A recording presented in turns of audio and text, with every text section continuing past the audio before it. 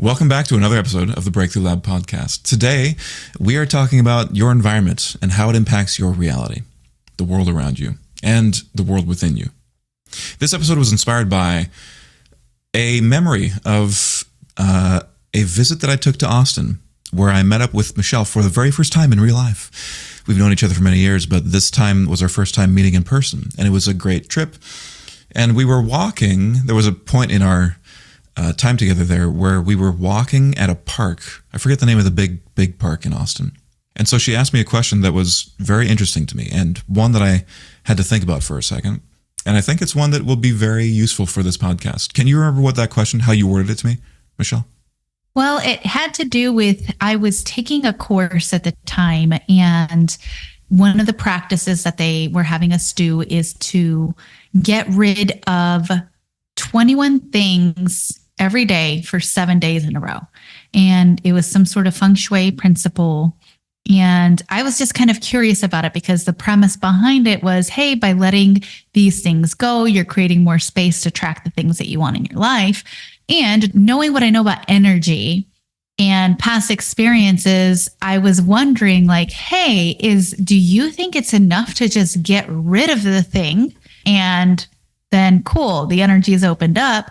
Or is it better to release the baggage that you may have associated with it first and then get rid of the thing? Or you might even find that you don't need to get rid of the thing anymore because you no longer have any sort of attachment or baggage to it. Because I was thinking of one room in particular in my home where I have a lot of things that I would just go in there and I would feel sort of triggered by some of the items in there because they brought up some memories of, different events with different people where I'm like, I sentimentally still wanted to keep the items, but every time I would see it, I would be like, I don't like looking at this. So what should I do? Should I just get rid of the thing and everything will be fine because I won't be triggered anymore? It just kind of seemed like a cop out to me at the time because I'm like, I feel like the problem's still going to be there. So that was the question I posed to you. Yeah. And so in this episode, we're going to explore what that answer that I gave was. And we both kind of agreed with it. So this episode is one that you want to listen to, not just because your name is Michelle, but it's an episode that's going to be important for you if you are in a situation where you have people telling you to get out of that situation, but you are not getting out. Maybe it's a relationship that you're in. Maybe it's a work environment, a workplace thing. Maybe it's something in your home or, whether or not you're in a relationship. Maybe it's the city that you're in. Could be anything. It's also for you if you're in a situation where you are the one who knows, people might not be telling you, you just know that this is no longer for you, but you're still not getting out of it. Or if you just want to understand, like me, what's really going on because you're walking into a room of your house and you're wondering, what should I do so that I can truly let go of these things? Do I change my environment? Do I change me? All of the above. That's what we're going to get into today. So the fact is that sometimes we can remove the trigger that's the stimulus in our environment or in our home or our relationship, whatever our situation is that's triggering us, but we don't always and often will not take care of the baggage that's attached to that trigger. And the fact is that when you remove the baggage first, you can make a more empowered decision on what to do with that thing that's triggering you. Because when you're triggered by it, you're not in an empowered state to make a wise and smart decision about it. I'm thinking particularly of a story. I was recently talking with a friend about a breakup that he had many, many years ago. And I was friends with him during this breakup, and I gave him some advice that I actually forget that I even gave him, but he just told me about this. He said that he had a necklace that his ex-girlfriend had given him, and he really liked this necklace, was super into it, and he wanted to keep it, but it just reminded him of his girlfriend, and it made him sad just to look at it, not let alone put it on, just to look at it and see that he still had it in his house, on his table, his desk. And he was telling me, I don't know what to do because I really like this necklace, but every time I just think of her. And I said to him, well, what if you just removed the association from that object and just looked at it for what it is? And that apparently this is a friend of mine who is very, very smart and very, very much on the personal development personal growth game. So he was able to take that one thing that I said and be like, oh yeah, you're so right, and just make a change immediately. He didn't need any kind of coaching or anything. And so he took that to heart, and he was wearing the necklace the next day without any issue, because he did the work to, in his own way, remove the baggage associated with that necklace and look at it for what it was, just a necklace. He let go of the story that he'd attached to that. And so that really drives home that we really need to first take care of the baggage associated with the trigger. Yeah, because the alternative is my story, which I had a breakup. So before I was with my husband, I was engaged to somebody else, and we broke up our engagement a few days before Christmas on this gray couch that I had in my apartment. And guess what? That gray couch was a really nice couch. I really liked it a lot. It was the perfect size. It was nice. And it traveled with me to my next home. And after a few years, I realized I had the same sort of feelings that your friend had, where I would just look at the couch and I just started to hate it. I didn't like it anymore. And I realized I need to get this gone, because every time I look at it, at an unconscious level, I'm reminded of this moment of my life that just wasn't that pleasant, right? I just didn't even want to think about that or him anymore, even though I was in an amazing, way better, way happier, more congruent relationship. I thought it would be easy enough to just get rid of the couch. So I did. And what happened is it wasn't the couch that was the problem. It was me. There were still feelings, unresolved issues within me that I hadn't dealt with yet, or I hadn't finished processing, which were causing me to still react when I saw the couch. And so that's the complete opposite of what happened with your friend. Is I got rid of the thing, and really what prompted me to ask the question, considering the advice from this course. And I don't know too terribly much about feng shui. So if there are some experts of feng shui out there listening who know maybe an extra step that I wasn't taught about how to release, or maybe the Marie Kondo version, right? Of just, keeping what sparks joy and letting go everything else and thanking all of the things for the role that they played in your life. However, I wasn't feeling like thanking this couch at the time. Yeah. I just wanted it out. Not trying to Marie Kondo that. Yeah, we're thank you for, really there was a silver lining though, right? Because it did open up, letting go of that relation energetically did open up room for something so much better in alignment with me. And at the time, it was just not something that I knew how to do. I did not have the tools then, either mindset wise or just technique wise, that I do now. And, just wanted to share that, because I think, up until that point in my life, that's basically what I would do. I would just go accumulating things and I would just let them go. And, it's simple enough to think about this whenever you're talking about items, right? Just items are easy to let go. But what happens when you're in an environment that you cannot simply just get rid of a bunch of items? What if it's what if it's a job? Right? What if the bad environment is a job? Or what if the bad environment has to do with a specific person? Yeah. So it's a little more difficult to just get rid of that person or leave the job. And yes, it's easy to let items go, but if you don't actually remove the baggage associated with that item, did you really let it go? Yeah. And the same thing is true for an environment. Sometimes we may be in an environment, whether it's a relationship or a career, where we're feeling triggered, where we just have it's you want to be positive about it, but you just can't be for whatever reason. You're not happy. And I want to say that the first place that we need to remember to look is in the mirror. Mm-hmm. Because we need to truly understand, we need to remember that everything is just a perspective. Everything is just my interpretation, my point of view of what is going on in the world. However I experience my job, somebody else sitting next to me may have a completely different experience that is a 180 from what I'm experiencing. So the first place to look is within myself to see, okay, is this really my stuff that I'm seeing? Because what we see happen often, and I not only did that with items, but I would be in a job where I wasn't feeling happy and I would leave looking for the next better thing. And it would be okay for a little bit. And guess what? Those same things would start to show up again. Wherever you go, there you are. Exactly. And how many of us have experienced that, whether it's with a job or even a relationship, where you leave a relationship because it's not going well, just to find yourself in the exact same relationship just a few months down the road. The point here, though, is that whatever environment you're in, you have to imagine it as if the environment is a Petri dish. So just imagine right now, Petri dish, circular dish.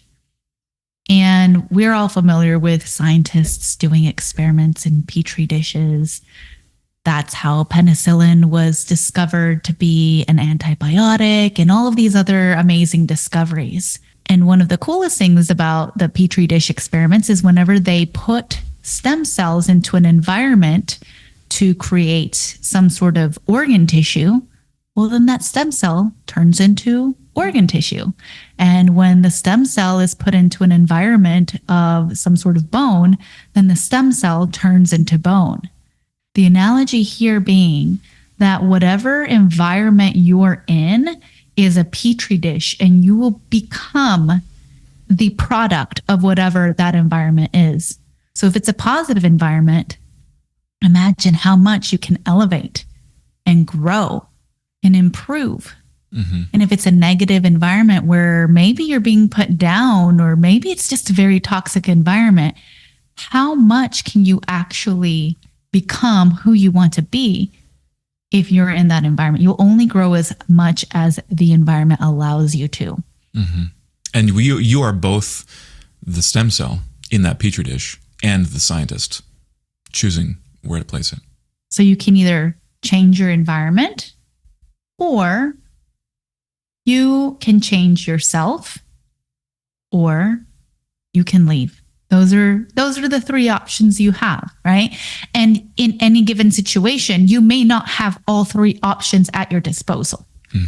You may or may not have the option to leave. You may or may not have the ability to change the actual environment. And most of the time, the one thing that we do have in any situation is the ability to change within ourselves. That's what we have the most control over.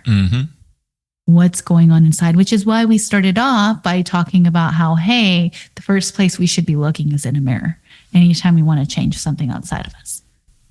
Yeah, and changing your environment doesn't necessarily mean you have to get out of it or leave it.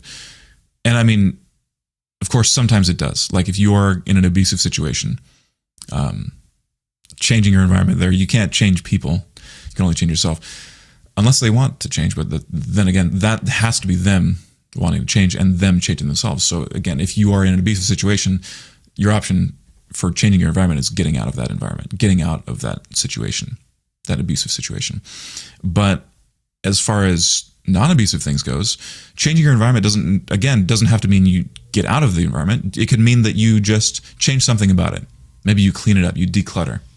Maybe, as Michelle said earlier, you marie kondo the stuff that you no longer need, or the stuff that's no longer serving you or sparking joy. It could be painting a wall, redoing like some kind of home improvement project, a new sink, a new bathroom.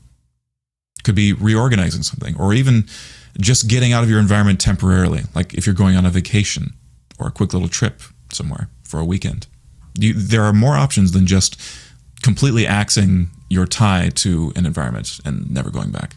Yeah, and it can allow you to have a sort of refresh when you do something like that, because it does change the energy of a space when you're able to do something like that. And extra points if while you're doing that, you're able to release any attachments, right? To remove the association, as Joshua put it earlier. Yeah. That's why Marie Kondo does the thanking the object when she lets her, if I recall correctly, her thing is that she thanks the thing for being in her life and bringing the joy that it did bring, and then letting it go. That's part of that release process. Absolutely. And then I think it's important to talk about how changing your environment or even changing what's within, like let's just say that you go through the steps and you start Marie Kondoing things and you're releasing any associations, you're releasing negative beliefs, releasing negative emotions about whatever's going on, whether it's at work, relationship, in your home. None of that is going to change if you're in a toxic or abusive situation. You just want to be very, very clear about that. No amount of work that you're doing on the inside or a fresh coat of paint is going to change you going home to an abusive partner or you going into work with a bipolar, verbally abusive boss that belittles you. That is no longer a perspective you're dealing with.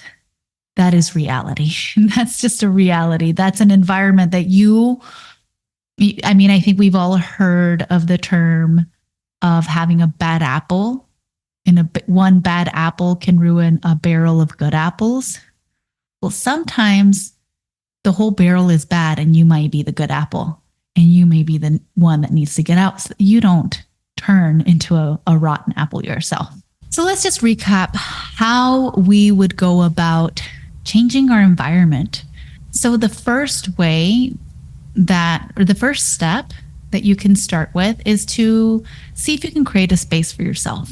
Build your environment out in a way that Petri dish is the most positive Petri dish that really helps you to grow and develop into the person you want to be. So let's just say if you are in a career and maybe you're a manager of a department, maybe you're the owner of a company, you can create a positive culture.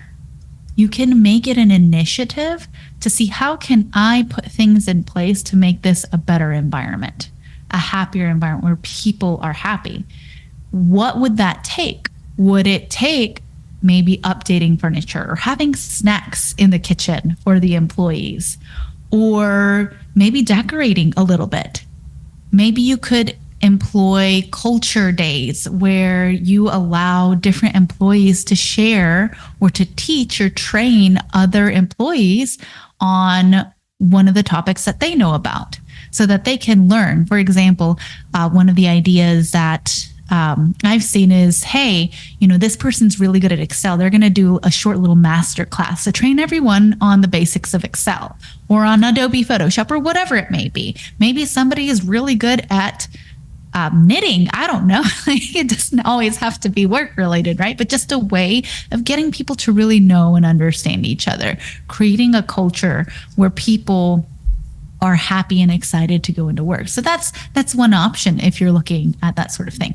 You can also, I know sometimes it can seem like decorating really can't do much, but if we're looking at it from just a neurological perspective, you can set up visual anchors. If you listen to some of our previous episodes, especially the one we did with my friend Amanda, she talked a lot about visual anchors that she would use as quotes to help her get through some of her darkest moments when she was facing cancer. And that's the episode on cancer. That's episode 15, I believe. And so you can actually put a piece of decor and associate that with something, right? Just the same way that you might associate a song with feeling happy. And you can put those around. Maybe you could put up a quote that reminds you and grounds you and gets you in that certain sort of state that is more empowering. So those are just some examples of how you can really impact your environment, how you can build your space to be more empowering for you. Some other options that you can have are gratitude practices, right? How can you bring more gratitude into your everyday?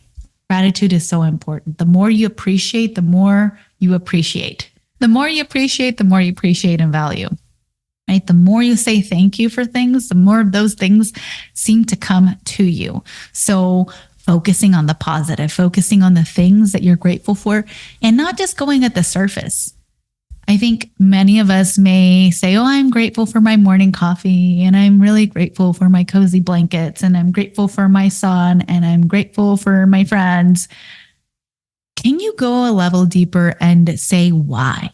Why are you grateful for those things? Why is this cup of coffee a thing that you're grateful for? Because it really helps you associate even more into those feel-good feelings. Like, this is important to me because that also helps us change our internal environment about something. I remember reading a book. I can't remember what book it was, but the author was talking about somebody that they were helping who had a really terrible marriage, just a really, really bad relationship. And the first thing that this person had him do was to start keeping a gratitude journal about the wife. And say, every day, I want you to write all of the things that you're grateful for about your wife and why. And he was not really up for it, right? He was just like, I'm not happy. However, will I find things to write about that I like about my wife? And he did it, right? So, after a certain amount of time frame, it didn't take long, maybe a week or two, he shows up and says, everything has completely changed. It is like night and day, because now you've trained your mind to start looking for the positive in the relationship, and you begin to associate into those things. And where did that person have to start? Within. They had to look within themselves to find, what am I grateful for that this person is doing? What can I be happy about? And it completely revolutionized their marriage. Sometimes it can be as simple as that. That is an example of starting with you, starting with something within you. Another thing that may support you in that is also adopting any other healthy practices. Meditation, for example, eating healthily, exercising, doing the things that are going to put you in a better physical state, which will impact your emotional state and therefore your mental state as well, and translate into a different perspective. I want to add to that, stretching, hugely important, impacting your mental and emotional and physical state. Stretching your muscles, big, big, big. A lot of people skip over that. Don't sleep on that. Stretching is huge.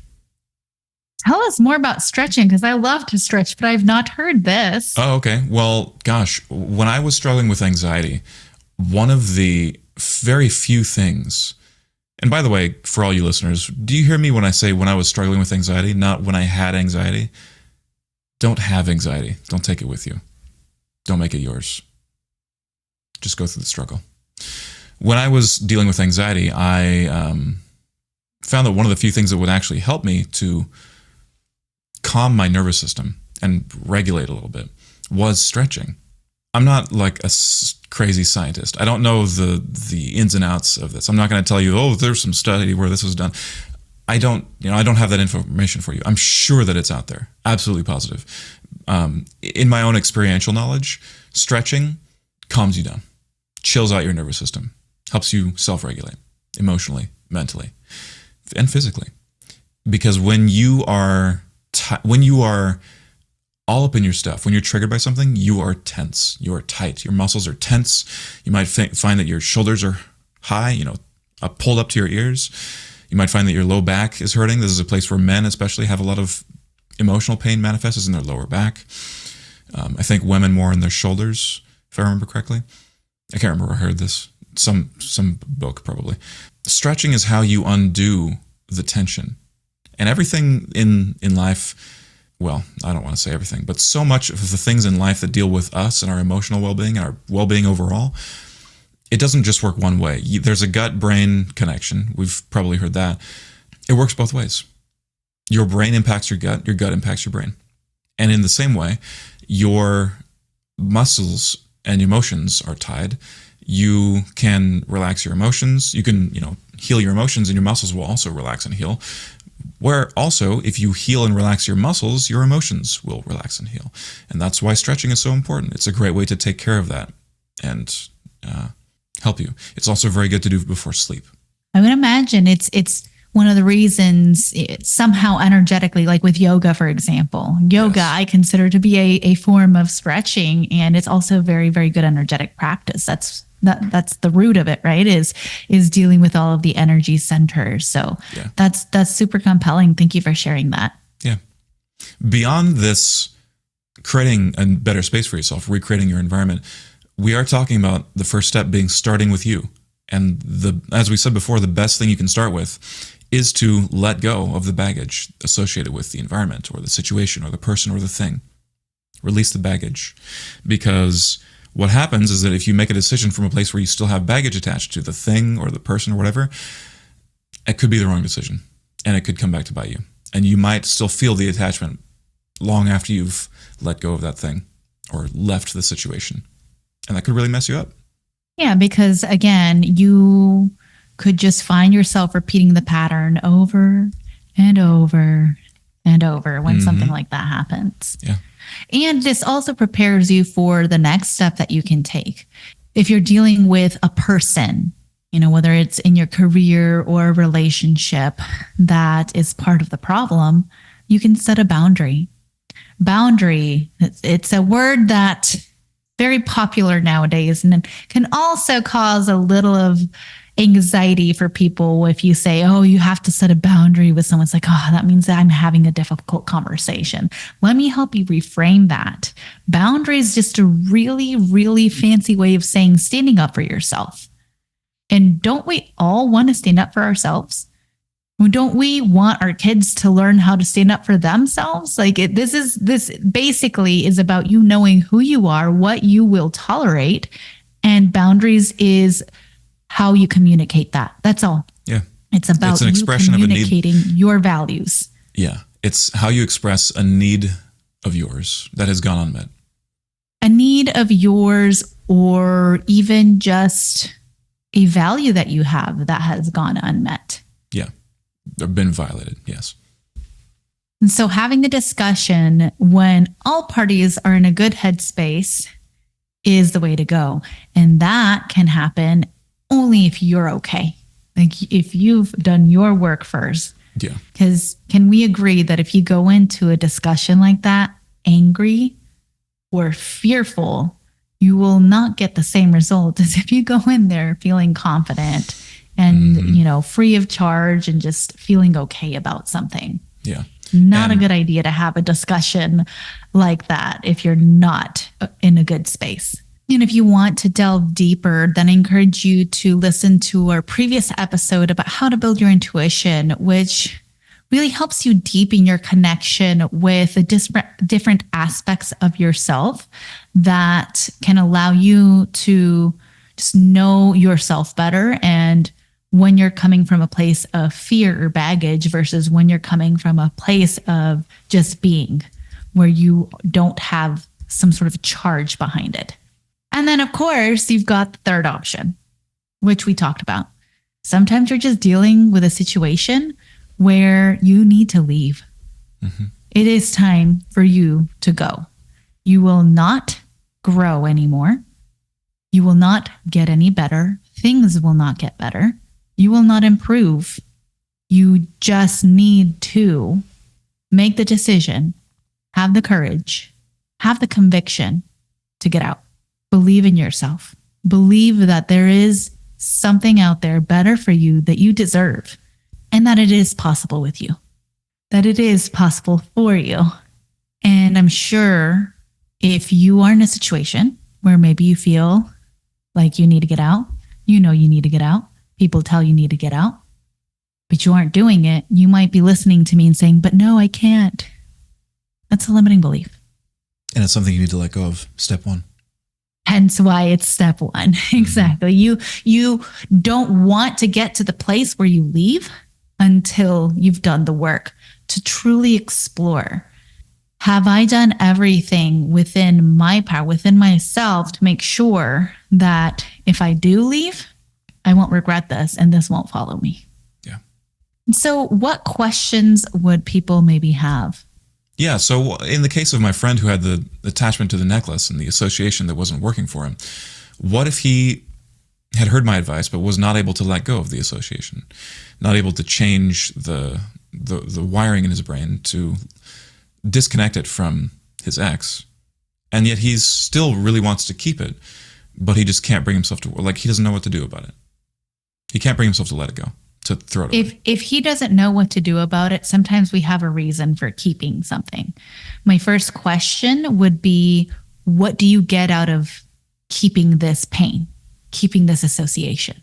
Yeah. Now, if you had said, well, he just doesn't want to let go, and he doesn't want to let go of the necklace, he just wants to continue suffering, then I would say to that person, stop complaining. You're making a choice every day to not let it go. I was actually reading a book not too long ago. And in the book, there was a woman who had some sort of affliction, and the main character was able to help this person and offered to do so. And this person just said, no, I would rather have my pain than be alone. And the main character thought, like, what? Like, how could you choose to continue suffering? But that's what it is. It's a choice to continue suffering. So it's There's different, a secondary right? gain. Yeah. Exactly. If you're truly trying to let go of something and you can't figure out how to do it, that's when having somebody like a coach, someone who's trained to deal with those things, to helping you really finding the root of a problem and reframing that, letting it go, whatever it may be, whatever technique it may be. That's absolutely an option. And you don't need to have a coach to do that, right? You can take the time to try to do it. I can tell you it's a lot more difficult to do it without it. If you truly want to let go of something, because you're in your baggage. baggage. Invest. Yeah, exactly. You have to invest. Like, I have a coach, right? And my coach helps me to see the things that I cannot see. Yeah. She is a mirror for me, and it's awesome. I actually had my coach point something out to me the other day, and I was like, oh my gosh. She called me out on something, and I celebrated. I was like, thank you so much. Thank you so much for showing me this, because I couldn't see it. Thank God I have someone who's able to help me to see it. And you could also journal, right? Like, that's another really good way of being able to notice your patterns. If, let's just say, you don't have the resources to have a coach, journal. We love to give you so many options for things that you can do, right? Because again, you don't need to have someone. It's so much easier, so much faster, so much more efficient when you do. And if you're unwilling to do any of those things, then stop complaining, please. People don't want to hear your stories anymore. Yeah. Because you're not doing anything about it. And that may sound harsh, and it may be exactly what you needed to hear, because you're giving reasons and you're not getting results. If you want results, take action. Be at cause. Be at cause. Sometimes you need a coach to hold you accountable. Absolutely. And that is literally one of the hardest yet most rewarding things. Like I said, my coach called me out and I celebrated. So I hope you can celebrate. I love getting called out. And you should too, if you want to break through on the Breakthrough Lab podcast. It's been a great episode. I've really enjoyed this one. I hope you did too. I hope it helps you in some way. And this is the final episode that we're recording this year. So, yahoo. And we'll see you in 2024. Oh, this might actually be published in 2024. Well, you know what? We'll see you shortly thereafter. All right. Take care. Love you. Bye. Okay, bye.